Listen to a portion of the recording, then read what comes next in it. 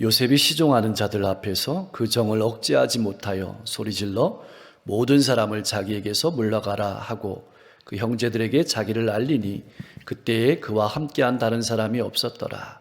요셉이 큰 소리로 오니 애굽 사람에게 들리며 바로의 궁중에 들리더라. 요셉이 그 형들에게 이르되 나는 요셉이라 내 아버지께서 아직 살아계시니이까. 형들이 그 앞에서 놀라서 대답하지 못하더라. 요셉이 형들에게 이르되 내게로 가까이 오소서. 그들이 가까이 가니 이르되 나는 당신들의 아우 요셉이니 당신들이 애굽에 판 자라. 당신들이 나를 이곳에 팔았다고 해서 근심하지 마소서, 한탄하지 마소서. 하나님이 생명을 구원하시려고 나를 당신들보다 먼저 보내셨나이다. 이 땅에 2년 동안 흉년이 들었으나 아직 5년은 밭갈이도 못하고 추수도 못할지라. 하나님이 큰 구원으로 당신들의 생명을 보존하고 당신들의 후손을 세상에 두시려고 나를 당신들보다 먼저 보내셨나니 그런즉 나를 이리로 보내니는 당신들이 아니요 하나님이시라. 하나님이 나를 바로에게 아버지로 삼으시고 그 온 집의 주로 삼으시며 애굽 온 땅의 통치자로 삼으셨나이다. 당신들은 속히 아버지께로 올라가서 아뢰기를 아버지의 아들 요셉의 말에 하나님이 나를 애굽 전국의 주로 세우셨으니 지체 말고 내게로 내려오사 아버지의 아들들과 아버지의 손자들과 아버지의 양과 소와 모든 소유가 고센 땅에 머물며 나와 가깝게 하소서. 흉년이 아직 5해가 있으니 내가 거기서 아버지를 복양하리이다. 아버지와 아버지의 가족과 아버지 속한 모든 사람에게 부족함이 없도록 하겠나이다 하더라고 전하소서. 당신들의 눈과 내 아우 베냐민의 눈이 보는 바 당신들에게 이 말을 하는 것은 내 입이라. 당신들은 내가 애굽에서 누리는 영화와 당신들이 본 모든 것을 다 내 아버지께 아뢰고 속히 모시고 내려오소서 하며 자기 아우 베냐민의 목을 안고 오니 베냐민도 요셉의 목을 안고 오니라. 15절 요셉이 또 형들과 입맞추고 안고 오니 형들이 그제서야 요셉과 말하더라. 아멘. 하나님께서 다 하셨습니다. 이 말처럼 감동적인 말도 없지만 또한 그 말처럼 하기 힘든 말도 없을 겁니다. 때로는 마음이 몹시 불편하거든요. 다윗은 사무엘을 통해서 이스라엘의 왕으로 기름 부음을 받았지만 계속해서 자신을 죽이려고 쫓아오는 사울 왕을 바라보면서 그 마음이 어땠을까요? 하나님께서 다 하신다, 역사를 주관하신다는 말씀을 때로는 수용하기가 어려웠을 겁니다. 그러나 분명한 또 그 진리가 그를 살게 했습니다. 참 말씀을 보면서 궁금합니다. 요셉에게 있어서 총리가 되는 일이 어려웠을까요? 아니면 형제를 용서하는 일이 어려웠을까요?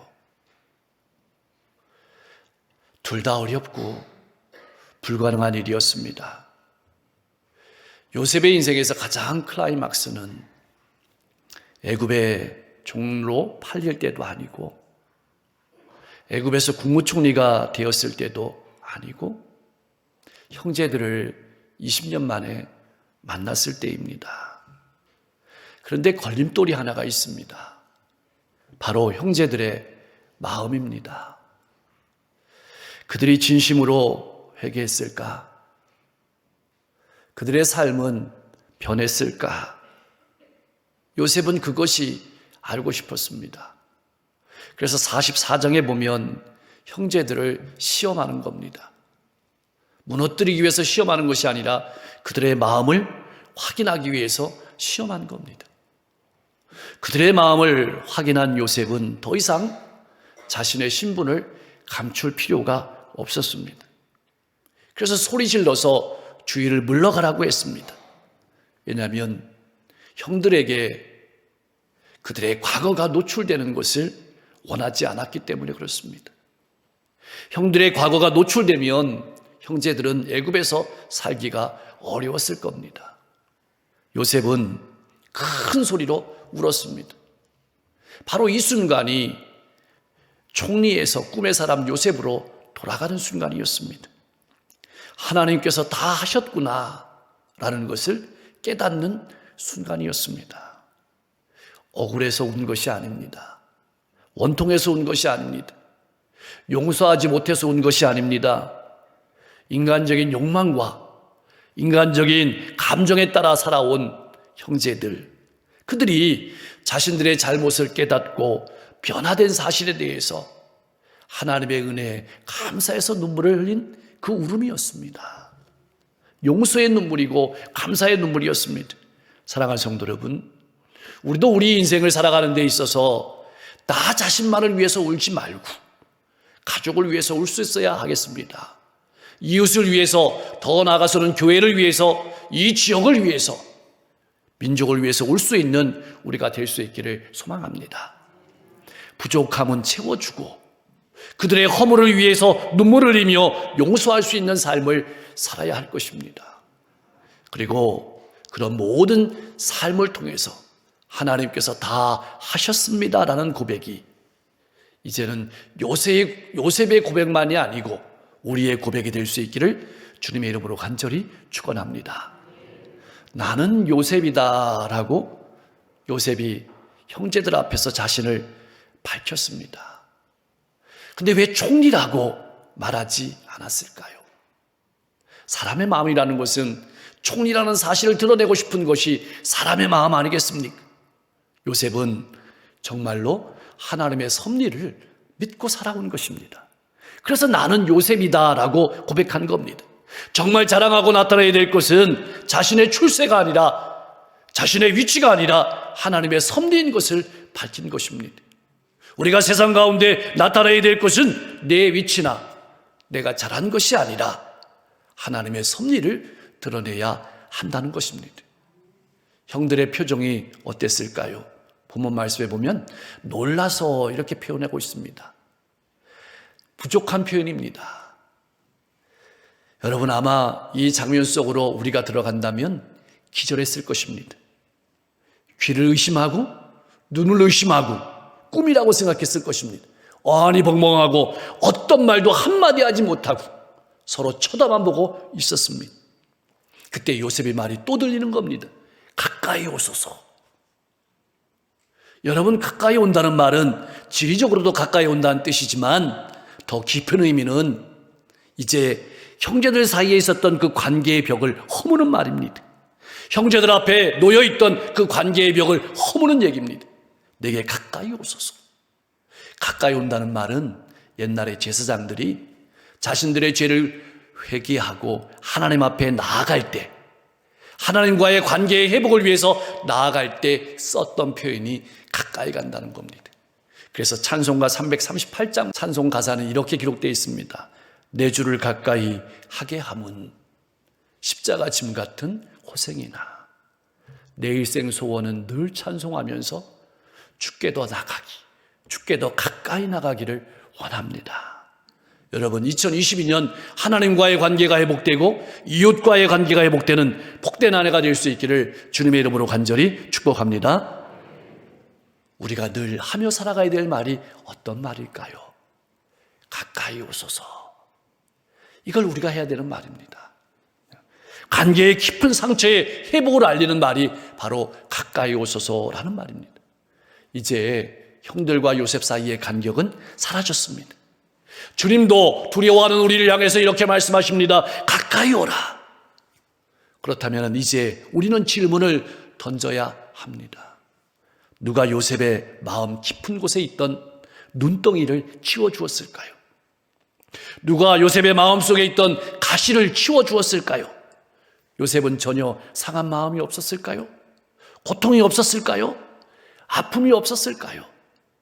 엄청났을 겁니다. 잠 못 이루는 밤이 많았을 것입니다.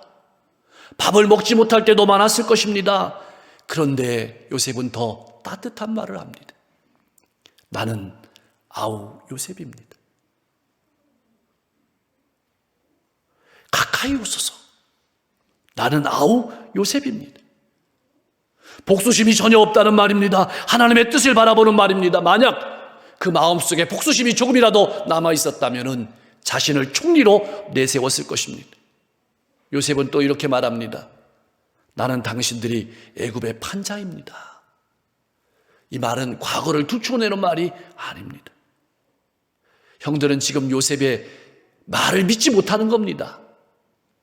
나는 당신들이 애굽의 판자입니다. 이거는 형제들만 알고 있는 비밀이죠. 자신을 정확하게 나타내기 위해서 한 말입니다. 자신을 분명히 나타내기 위해서 한 말입니다. 누가 감히 총리가 자신들의 동생임을 믿을 수 있었겠습니까? 그런 후에 요셉은 형들의 허물을 덮어주고 사랑으로 감싸주는 겁니다. 나를 이곳에 팔았다고 해서 근심하지 마십시오. 한탄하지 마십시오. 이제 요셉이 총리가 되었으니 우리는 죽었다라고 비관했을 것입니다. 비관하지 말라는 것입니다. 이 일이 어떻게 가능할까요? 가능하기는 한 일일까요? 사람이란 작은 일 하나도 용서하지 못하고 갈라서는 것이 세상사 아닙니까? 그것이 우리의 좁은 마음 아닙니까? 그런데 이것이 어떻게 가능한 일이었을까요? 우리의 힘으로는 안 되는 일입니다. 하나님의 인도하심과 섭리를 믿는 신앙인으로 성숙했기 때문에 이것이 가능한 일이었습니다. 이제는 우리는 요셉에게서 더 분명한 신앙 고백을 들을 수 있습니다. 하나님이 생명을 구원하시려고 나를 당신들보다 먼저 보내셨습니다. 분명히 형들은 요셉을 시기했습니다. 그 시기심으로 요셉을 구덩이에 던지고 끌어내어서 노예로 팔았습니다. 그런데 하나님께서는 그 행동까지도 선으로 바꾸셔서 자신을 연단하고 성숙시키고 요셉으로 하여금 야곱 일가의 생명을 구원하고 나아가서 온 인류를 구원하시기 위한 도구로, 통로로 삼아 주셨다는 고백이 바로 이 고백인 겁니다. 요셉의 고백이 의미하는 그것이 무엇일까요? 요셉의 이야기가 출세 얘기가 아니란 얘기입니다. 요셉의 이야기가 역경을 극복한 이야기가 아니란 얘기입니다. 분명히 그것도 있습니다. 그러나 여기서 핵심은 택하신 백성을 보존하시고 구원하실 뿐만 아니라 그 백성을 통해서 하나님의 놀라운 구원의 역사를 이루어 가시는 하나님의 오묘한 섭리를 드러내는 하나님의 이야기가 요셉의 이야기라고 말씀하는 겁니다. 그것이 우리가 읽어야 되는 말씀이라는 것입니다. 여러분, 우리 인생을 바라보는 시각도 마찬가지입니다. 우리의 인생의 이야기는 우리가 역경을 극복한 이야기가 아닙니다. 우리의 인생의 이야기는 우리의 출세 이야기가 아닙니다. 하나님의 뜻과 영광을 나타내기 위한 이야기가 우리의 인생이라는 사실을 알라고 말씀하시는 겁니다. 이 고백이 여러분의 고백이 되기를 소망합니다. 그러나 우리가 살아가다가 어려움을 당하면 이 고백이 엄청난 아픔을 주고 불편을 주기도 합니다. 장로님이 기도하셨지만 우리가 정말 고백해야 되는 것은 월요일부터 토요일 아니겠습니까? 아픔을 주고 고통을 주죠. 하나님께서 다 하셨다는 말씀이 쉬운 말이 아닙니다. 그러나 여러분, 걱정하지 마십시오. 하나님이 택하셨으니 하나님이 인도하시고 하나님이 역사하실 것입니다. 사랑하는 성도 여러분, 우리가 믿는 하나님은 어떤 분이십니까? 밭갈이도 못하고 추수도 못하는 상황 속에서도 생명을 보존하시고 섭리하시고 인도하시는 하나님이심을 요셉은 6절을 통해서 나타내고 있는 것입니다. 7절 말씀은 하나님이 베푸시는 구원이 얼마나 강력한 것인지를 표현해 주고 있습니다. 그것은 우리의 육체만 살아남는 구원이 아닙니다. 다시 말하면 하나님께서 우리에게 주시는 구원은 이 세상에서만 국한되는 것이 아니라는 말입니다. 우리의 영혼까지 구원하는 것을 의미하고 영원한 나라를 주시는 축복을 의미하는 겁니다. 이런 의미로 우리의 인생을 바라본다면 우리를 세상에 보내시는 이유는 단순히 먹고 사는 문제만을 뜻하는 것이 아니고 그것을 넘어서서 예수 그리스도를 통해서 세상을 구원하고자 하는 하나님의 놀라운 구원의 역사를 우리를 통해서 이루고자 하시는 사실을 믿음으로 바라보시고 걸어가실 수 있기를 소망합니다. 요셉의 신앙관이 8절 말씀에 잘 나와 있습니다. 하나님께서 하셨습니다. 표면적으로 보면 형들의 이기심 때문에 이런 일들이 일어난 것처럼 보이지만 그 이면에는 하나님의 놀라운 역사의 섭리가 있었다는 사실을 말하고 있는 것입니다. 형들은 요셉을 노예로 팔았지만 하나님께서는 요셉을 구원자로 사용하셨습니다. 바로의 아버지, 그 온 집의 주, 애굽 온 땅의 통치자라는 말에는 비록 지위는 바로보다 낮았지만 바로는 요셉의 말을 통해서 애굽을 통치합니다. 다시 말하면 요셉은 바로의 위였다는 표현입니다. 마찬가지입니다. 우리들 역시 세상 가운데서는 나이 낮은 지위에 있을지라도 하나님 앞에서는 모두 다 왕같은 제사장들이라고 표현하고 있습니다. 세상의 어떤 권세자들보다 존귀한 사람이라고 우리를 가르쳐서 표현하고 있습니다. 그래서 베드로전서 2장 9절은 이렇게 말씀하고 있습니다. 우리 같이 한번 읽어보겠습니다. 그러나 너희는 택하신 족속이요 왕같은 제사장들이요 거룩한 나라요 그의 소유된 백성이니 이는 너희를 어두운 데서 불러내어 그의 기이한 빛에 들어가게 하신 이의 아름다운 덕을 선포하게 하려 하심이라. 아멘.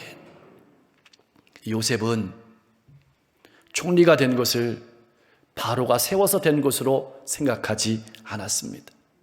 하나님께서 세우셨음을 분명하게 고백하고 있는 것입니다. 사랑하는 성도 여러분, 여러분의 신앙 고백은 무엇입니까? 내가 이 자리에 앉아 있는 것은 나의 힘입니까? 아니면 하나님이 세우신 것입니까? 요셉은 세상의 모든 일을 주관하시는 역사의 주인이 하나님이심을 믿었습니다. 그에게 일어난 모든 고난과 역경은 하나님의 계획이 성취되는 과정임을 믿었습니다. 나는 내 인생을 어떻게 바라보고 살아가고 있습니까? 내 인생은 하나님께서 주관하신다는 분명한 믿음, 또 그 믿음에서 생긴 신앙의 인격만이 사람을 용서하고 사랑할 수 있게 하는 것입니다. 그러므로 그리스도인의 용서란 나의 자격에 있는 것이 아닙니다. 나의 능력이 있는 것이 아닙니다. 상대방의 조건에 있는 것도 아닙니다. 용서는 나와 같은 죄인도 사랑하시는 하나님의 위대한 사랑 속으로 들어갈 때, 나를 위해서 자신을 십자가에 내어주신 주님의 은혜 가운데로 들어갈 때, 주님의 보혈을 지날 때 나오는 결과가 용서이고 사랑입니다. 용서는 마지못해 수용하는 것이 용서가 아닙니다. 용서는 주님의 사랑을 경험할 때 나오는 적극적인 사랑의 표현이 용서입니다. 나를 향한 하나님의 사랑을 기쁨으로 반응할 때 나오는 것이 사랑입니다. 그때 마치 우리는 한 번도 상처받지 않은 사람처럼 다른 사람을 사랑할 수 있게 되는 것입니다. 그래서 용서가 되어지고 사랑이 되어지는 것입니다. 그리고 우리는 고백할 수 있게 되는 것입니다. 하나님께서 다 하셨습니다. 10절 이하의 말씀을 보면 요셉이 얼마나 하나님의 계획을 믿었는지를 잘 보여주고 있습니다. 모든 것이 하나님의 뜻대로 이루어질 것을 바라보면서 철저하게 준비했습니다. 고센 땅에 머물며 나와 가깝게 하소서. 가족들을 고센 땅으로 인도했습니다. 고센 땅은 어느 땅입니까? 유목하기에 적합한 땅입니다. 그리고 하나님을 잘 섬길 수 있는 곳입니다. 무엇보다 중요한 것은 하나님의 때가 되면 가나안 땅으로 돌아가야 되는데 가나안 땅으로 돌아가기에 가장 적합한 장소가 바로 고센 땅이었습니다. 이 말씀에 임한 바는 철저하게 자신의 삶을 하나님의 뜻에 맞추고 인생을 한 걸음 한 걸음 걸어갔다는 얘기입니다. 그리고 이렇게 말했습니다. 아버지를 모시고 속히 내려오소서. 14절 15절 말씀을 보면 형제 사이에 가로놓인 장벽이 20년 만에 사랑과 용서로 한순간에 무너지는 가슴 뭉클한 장면입니다. 부둥켜 안고 울고 우는 것이죠. 오늘 말씀을 정리하면서 이런 질문을 던집니다. 어떻게 그 마음에 상처 하나 없이 요셉은 건강한 신앙 인격으로 성숙할 수 있었을까요? 여러분 집에 가셔서 이 말씀을 묵상하면서 어떻게 형들에게 미움을 받고 노예로 팔리고 죄수가 되고 그런 처절한 아픔을 극복하고 그 마음에 상처 하나 없는 건강한 신앙 인격으로 성숙할 수 있었을까? 깊이 묵상해 보십시오. 그것은 내 삶을 아픔과 고통까지도 주관하시는, 섭리하시는 그분이 바로 하나님이심을 믿었기 때문에 그렇습니다. 그러므로 여러분, 당장 눈앞에 보이는 아픔과 고통이 여러분을 힘들게 하고 아프게 한다 할지라도 그것을 아픔과 절망만으로 바라보지 마시고 하나님께서 주관하신다는 믿음으로 그 모든 아픔을 극복하고 일어서실 수 있기를 소망합니다. 하나님께서 하신다는 믿음을 가진 사람만이 그 마음 속에 있는 상처를 씻고 그 가슴을 하나님의 사랑으로 가득 채우고 살 수 있다는 사실을 기억하십시오. 때로는 우리가 의지하고 붙잡던 것을 잃어버릴 때가 있습니다. 그럴 때라도 낙심하지 마십시오. 절망하지 마십시오. 그 아픔을 통해서, 그 고통을 통해서도 하나님께서 이루실 놀라운 미래를 바라보며 나아가시기를 바랍니다. 두 번째, 하나님께서 다 하신다는 믿음만이 인생을 새롭게 보게 합니다. 하나님께서 다 하셨습니다라는 분명한 믿음만이 우리의 인생을 새롭게 합니다. 과거를 새롭게 해석합니다. 현재를 견디게 합니다. 미래를 소망하게 하는 것입니다. 다시 말하면 십자가의 은혜와 사랑으로 내 인생을 바라보지 않으면, 하나님의 은혜와 사랑으로 내 인생이 붙들림 바 되지 아니하면 과거의 아픔을 치유할 수도, 현재를 살아갈 힘도, 미래를 바라보는 소망도 잃게 되는 것입니다. 이사야 선지자는 이사야 55장 말씀을 통해서 우리에게 이렇게 질문을 던지는 겁니다. 하나님의 생각은 내 생각과 다르고 하나님의 길은 내 길과 다름을 너희가 인정할 수 있겠느냐. 하나님께서 다 하셨다는 분명한 시각만이 인생을 새롭게 바라보게 하고 다른 사람을 새롭게 보게 하고 인생을 나아가게 합니다. 이해로 나아가고 용서로 나아가고 사랑으로 나아가고 풍성함으로 나아가게 하는 것입니다. 놀란 것은 형제들만이 아니었습니다. 아버지 야곱도 놀랐습니다. 야곱이 어떤 사람입니까? 자기의 힘으로, 자기의 의지로 살아오던, 자기의 고집대로만 살아오던 사람 아닙니까? 요셉을 통한 이야기는 하나님의 뜻을 바라보게 하고, 역사는 하나님께서 주관하시는구나. 사랑하는 성도 여러분, 이제는 우리 차례입니다. 하나님께서 주관하신다는 분명한 믿음으로 여러분의 인생을 바라보고 슬픔과 아픔과 고통을 극복하고 미래를 향해 힘차게 나아가는 여러분과 제가 될 수 있기를 주님의 이름으로 간절히 축복합니다. 하나님 아버지, 나를 향하신 하나님의 섭리를 믿고 살아가는 신앙인 되게 하여 주옵소서. 하나님께서 다 하셨습니다라고 고백할 수 있는 신앙인으로 살아가게 하여 주옵소서. 나를 통해 놀라운 일들을 이루어 가시는 하나님을 바라보며 살아가게 하옵소서.